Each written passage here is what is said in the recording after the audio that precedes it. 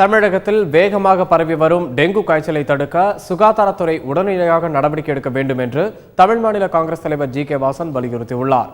கடலூர், விழுப்புரம் மாவட்ட தமிழ் மாநில காங்கிரஸ் கட்சியின் இளைஞரணி நிர்வாகிகள் கூட்டம் சிதம்பரத்தில் நடைபெற்றது. இதில் தலைவர் ஜி.கே. வாசன், இளைஞரணி தலைவர் யுவராஜ் உள்ளிட்ட பலர் கலந்து கொண்டனர். பின்னர் செய்தியாளர்களிடம் பேசிய வாசன், தமிழகத்தில் வேகமாக பரவி வரும் டெங்கு காய்ச்சலால் பொதுமக்கள் அவதிப்பட்டு வருவதாக தெரிவித்தார். டெங்குவை கட்டுப்படுத்த சுகாதாரத்துறை அதிகாரிகள் உடனடியாக நடவடிக்கை எடுக்க வேண்டும் என்றும் அவர் கோரிக்கை விடுத்தார்.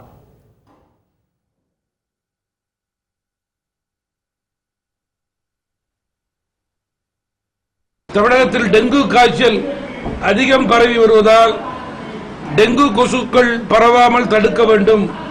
எனவே எல்லா மாவட்டங்களில் உள்ள தலைநகரங்களிலும் அதேபோல கிராம பகுதிகளிலும் ஆங்காங்கே முகாம் அமைத்து மருந்துகளை இலவசமாக வழங்கி ஏழை எளிய மக்களை இந்த கொடிய நோயிலிருந்து காப்பாற்றக்கூடிய போர்க்கால அடிப்படையான நடவடிக்கையை தமிழக அரசினுடைய சுகாதாரத்துறை உடனடியாக எடுக்க வேண்டும் என்று கேட்டுக்கொள்கிறேன்.